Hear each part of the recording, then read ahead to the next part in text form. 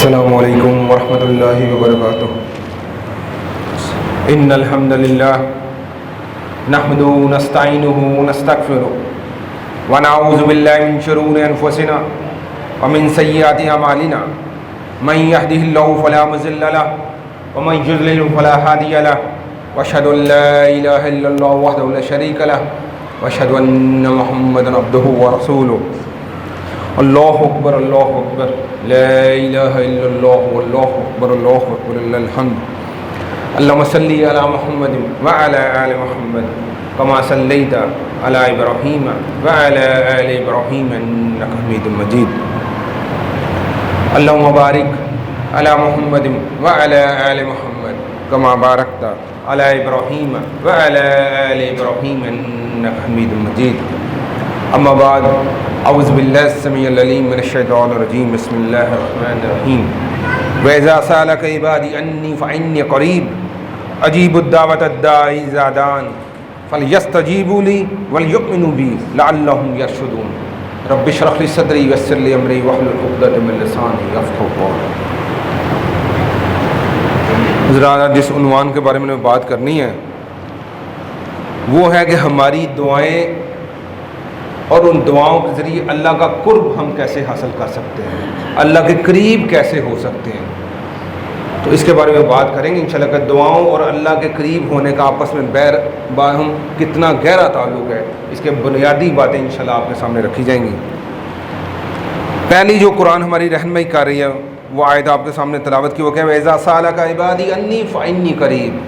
نبی اکرم صلی اللہ علیہ وسلم کو فرمایا گیا کہ جب بھی میرے بندے میرے متعلق آپ سے پوچھیں تو آپ انہیں کہے جی میں بے شک میں بہت قریب یا سب سے زیادہ قریب میں ہوں۔ پہلی بات سمجھیے گا کہ اللہ تعالیٰ نے اس آیت میں ہمیں بتائی کہ جب بھی میرے بندے مجھ سے آپ سے میرے متعلق سوال کریں تو لفظ عبد کا بندے کا استعمال ہوا ہے۔ یہ نہیں کہا کہ جب بھی کوئی نیک لوگ متقین لوگ بڑے انبیاء میں صدیقین میں وہ سوال کریں، یا دوسری طرف یہ اسلوب نہیں اختیار کیا کہ کوئی گناہ گار کوئی کافر مشرک ایسا کوئی سوال کرے۔ بندے میں بڑی الفت اور محبت ہے کہ جب بھی میرے بندے چاہے وہ نیک ہوں چاہے وہ میری نافرمان ہوں میرے بندے ہیں وہ۔ جیسے ماں کہتی ہے نا کہ اولاد نافرمانی کرے بھی تو وہ کیا کہتے ہیں، اب میرا پتر آ جا۔ تو اس ماں کے الفاظ میں پیار و محبت ہوتی ہے چاہے اولاد نافرمانی بھی کر رہی ہو۔ تو اس طرح اللہ اپنے بندوں میں کہہ رہا ہے میرے بندے چاہے نیک ہوں چاہے نافرمان، جب بھی جیسے بھی جو بھی میرے بندے جب بھی سوال کریں ان کو میرے پاس آنے کے لیے کوئی اپوائنٹمنٹ یا ٹائم نہیں لینا پڑے گا۔ جب بھی وہ مجھ سے گفتگو کرنا چاہیں میرے متعلق جاننا چاہیے 24 گھنٹے جب بھی وہ میرے متعلق پوچھیں تو انہیں کہہ دے میں قریب ہوں۔ کیسے؟ نحن اقرب علیہ من حبل الورید، میں ان کی شاہ رگ سے بھی زیادہ قریب ہے۔ آسان فہم اس کا یہ ہے کہ اللہ تعالی ہماری سینے کی باتوں کو بھی جانتا ہے۔ اگر وہ ہماری وہ باتیں جو الفاظ کی محتاج نہیں ہیں زبان پر لانے کی محتاج نہیں ہے، صرف دل میں خواہش پیدا ہو جائے تو وہ اس کو بھی قبول کر لیتا ہے، وہ اس کو بھی سن لیتا ہے، وہ اس کا بھی جواب دیتا ہے۔ ایسی ذات پوری کائنات میں کوئی دوسری نہیں کہ جب بھی 24 گھنٹے میں بندے میرے متعلق پوچھے تو ان کو ایسے قریب ہوں کہ تمہارے سینے کی باتوں کو بھی جانتا ہوں، اور جو تمہارے خواہشات پیدا ہوں تو ان کو الفاظ کا محتاج نہیں رکھتا، سینے میں پیدا ہو جائیں الفاظ تک لے آؤ تب بھی ٹھیک ہے، نہ لاؤ تب بھی، جب میں سمجھوں گا یہ تمہارے لیے خیر ہے تو میں اسے قبول کر لوں۔ آگے کیا کہ اجیب الدعوۃ الداعی اذا دعان، جب بھی میرا بندہ مجھے پکارتا ہے میں اس کی پکار کا جواب دیتا ہوں۔ اس آیت کو ٹکڑے کو تھوڑی دیر کے لیے اس کا وقف کر لیں، انشاءاللہ اگلی تھوڑا سا آگے جا کے اس کا جواب دیں گے کہ ہم کیسے پکارتے ہیں اور اس کا جواب کیسے دیتا ہے، اس کو انشاءاللہ آگے بات کریں۔ آگے کیا شرط رکھی ہے کہ میرے بندوں کو کہہ دیں کہ جب بھی پکاریں گے اس کا جواب دوں گا. جب بھی میرے بندے 24 گھنٹے کوئی اپوائنٹمنٹ لینے کی ضرورت نہیں, جب دل کرے سجدے میں سر رکھ کر یا قرآن کھول کر یا نبی کی سیرت سے میرا تعارف یا میرے ساتھ جڑنا شروع ہو جائے. لیکن شرطیں دو ہیں ہر پکار کا, چاہے الفاظ تک آئے, زبان تک آئے یا زبان تک نہ بھی آئے تو کیا کروں گا, قبول کروں گا, لیکن دو شرطیں ہیں. فَلْيَسْتَجِيبُوا لِي وَلْيُؤْمِنُوا بِي, مجھے ماننا ہے بھی ہے تو میری ماننی بھی ہے, میرا تعارف حاصل کر پر مجھ پر یقین اور توکل بھی کرنا ہے, اور توکل کر کے میری بات مانو گے تو پھر جب بھی پکارو گے میں تمہاری پکار کا جواب دوں گا. پھر کیا ہوگا, لعلہم یرشدون, تاکہ وہ کیا ہو جائے, ہدایت کے سیدھے راستے پر آ جائیں. اور ہدایت دو چیزوں کا مجموعہ ہے. جب اللہ کو بھی ماننا, اللہ کی بھی ماننی اور اس پر توکل یقین کر کے اس کی باتیں مانیں گے تو وہ کیا کرے گا, سب سے پہلے کہتا ہے جب اللہ تعالیٰ کسی کا خیر کا ارادہ کرتا ہے تو اسے دین کا فہم عطا فرما دیتا ہے. اور دوسرا کیا کرتا ہے, نفع بخش علم دیتا ہے, وہ دین کا فہم عطا کر کے اس کے مطابق عمل کرنے کی اسے توفیق عطا فرما دیتا ہے. یہ ہے رشد اور ہدایت کا راستہ. تو اس میں دو تین باتیں ہم نے کیا ہے, اس نے اپنے ہر بندے کو تخصیص نہیں کی, خاص نہیں کی اچھے اور برے کے, ہر بندے اپنے کو اس کو کہا میرے بندے, وہ گناہ گار ہیں تو میرے بندے ہیں, نیک ہیں تو میرے بندے ہیں. بس انہیں کہ مایوس نہ ہوئیں, میں بڑا قریب ہوں.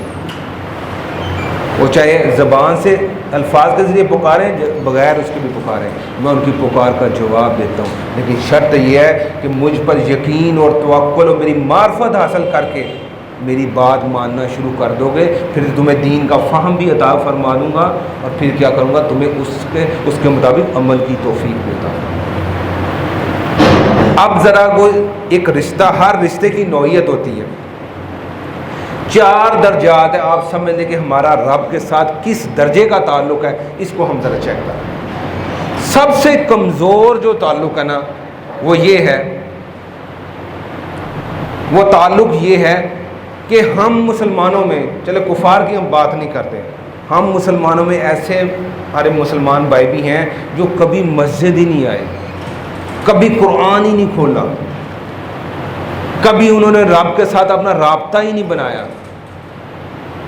سب سے کمزور درجہ وہ صرف دنیاوی معاملات میں پڑے ہوئے ہیں, رزق کمانا, جائیداد بنانی ہے, دنیاوی معاملات میں لوگوں کی پرواہ کرتے ہوئے ایسے معاملات کرتے ہیں. انہیں کوئی پرواہ نہیں ہے کہ رب بھی کوئی چیز ہے, زبان سے وہ انکار نہیں کرتے, لیکن وہ چند رسومات میں, چند کچھ چیزوں میں, وہ شارٹ کٹ کے چکر میں وہ سمجھتے ہیں یہ چیزیں چند کر لیں بس ٹھیک ہے, باقی بڑا پار ہے. سب سے کمزور جو تعلق رب سے یہ ہے.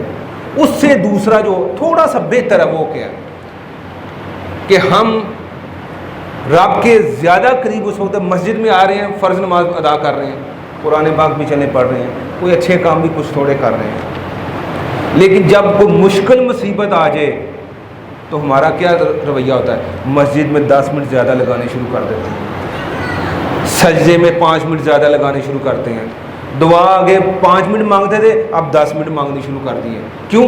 مجھے اب مسئلہ پڑا ہوا ہے, یا اللہ میرا مسئلہ حل کر دے, یا اللہ میرا مسئلہ حل کر دے, یا اللہ میرا مسئلہ حل کر دے. اور جو ہی وہ مسئلہ حل ہوتا ہے, جو وہ اضافی ٹائم ہوتا ہے نا, سجدوں والا, مسجد والا, قرآن والا, صدقے والا, وہ پھر واپس اپنی جگہ پر آ جاتا ہے. کیوں جی, ہوتا ہے کہ نہیں؟ جب مشکل پڑی ہے اس وقت بڑا مسجد کے ساتھ دل لگ رہا ہے, قرآن کے ساتھ, نیکی کے ساتھ بڑا دل ہے, بس دعائیں مانگیں, لمبی لمبی دعائیں مانگ رہے ہیں. اور جو ہی وہ مسئلہ ختم ہوا تو ہماری دعائیں اور وہ سارا نماز پڑھتے رہے, معاملات کرتے رہے, لیکن وہ خشوع خضوع جو اس وقت تھا نا وہ ختم ہو جاتا.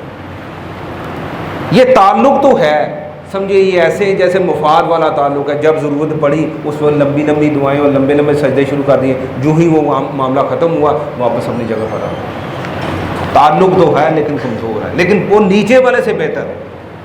اس سے تیسرا جو اس سے بہتر تعلق ہے وہ یہ ہے کہ بندہ فرائض پر پابندی کر رہا ہے, کہیں کہیں نوافل بھی ادا کر رہا ہے. اور اس کا رب کے ساتھ مضبوط تعلق ہو گیا، کیا ہو گیا؟ وہ اب سجدوں میں جب پڑھتا ہے، چاہے فرائض میں چاہے نوافل میں، وہ کیا کرتا ہے؟ وہ اپنی پچھلی زندگی پر رونے کی کوشش کرتا ہے، پچھلی زندگی پر رونے کی کوشش کرتا ہے، یا اللہ مجھ سے یہ بھی گناہ ہو گیا، یا اللہ مجھ سے یہ بھی گناہ ہو گیا، یا اللہ مجھ سے یہ بھی گناہ ہو گیا، یا اللہ تو مجھے معاف کر دے۔ 20 سال پہلے، 30 سال پہلے، 40 سال پہلے میں تو یار اس طرح کی حرکات کرتا تھا، میرے تو معاملات خراب تھے، میرے تو اس طرح کی چیزیں تھیں۔ وہ سجدوں میں پڑھ کے رب کے ساتھ تعلق بناتا ہے، رونے کی کوشش کرتا ہے۔ اور سب سے بہترین جو تعلق وہ ہے، وہ کیا کرتا ہے؟ وہ کہتا ہے وہ اللہ سے اپنی دعاؤں میں، زیادہ دعاؤں میں غلبہ جو دعاؤں کا ہے وہ یہ ہے کہ وہ اللہ سے اس کی محبت مانگتا ہے، اللہ سے اس کا دیدار مانگتا ہے کہ یا اللہ مجھے ان لوگوں میں کر دے جنہیں جنت میں تو صبح و شام اپنا دیدار کروائے گا۔ یا اللہ یہ جو موت کی آڑ ہے، یہ پردہ ہے، یہ کب ہٹے گا اور میں یہ پردے ہٹ کر تیرا دیدار کر سکوں گا۔ یا اللہ مجھے اپنی نبی اکرم صلی اللہ علیہ وسلم کی محبت عطا فرما دے، ان کی شفاعت عطا فرما دے، ان کا جنت میں پڑوس نصیب فرما دے۔ یہ سب سے اعلیٰ اور مضبوط تعلق۔ باقی چیزیں مانگنا یا ایسی وہ غلط نہیں ہے، کتنی بہترین بات ہے بندہ اپنے گناہوں پر رونا شروع کر دے، کتنی بہترین ہے کہ جب بھی حاجت ہو، ضرورت پڑو، رب کے سامنے گڑ گڑا کر اپنی حاجت پوری کر لو، کوئی مسئلہ نہیں ہے۔ لیکن یہ دیکھیں کہ میری دعاؤں میں زیادہ حصہ رب کی محبت، اس کے نبی کی محبت مانگنی ہے، ان کا دیدار، ان کا پڑوس مانگنا ہے۔ میری دعاؤں میں زیادہ اپنے گناہوں پر رونا ہے، میری دعاؤں میں صرف اور صرف زیادہ غلبہ جو ہے نا وہ دنیاوی معاملہ تک ہے، یا مجھے اپنے رب کے ساتھ تعلق ہی بڑا کمزور ہے، نہ کبھی مسجد آیا، نہ کبھی نماز پڑھنے آیا، بس عید کی یا جمعہ کی پڑھ لی تو ٹھیک ہے، باقی معاملہ کوئی مسئلہ نہیں۔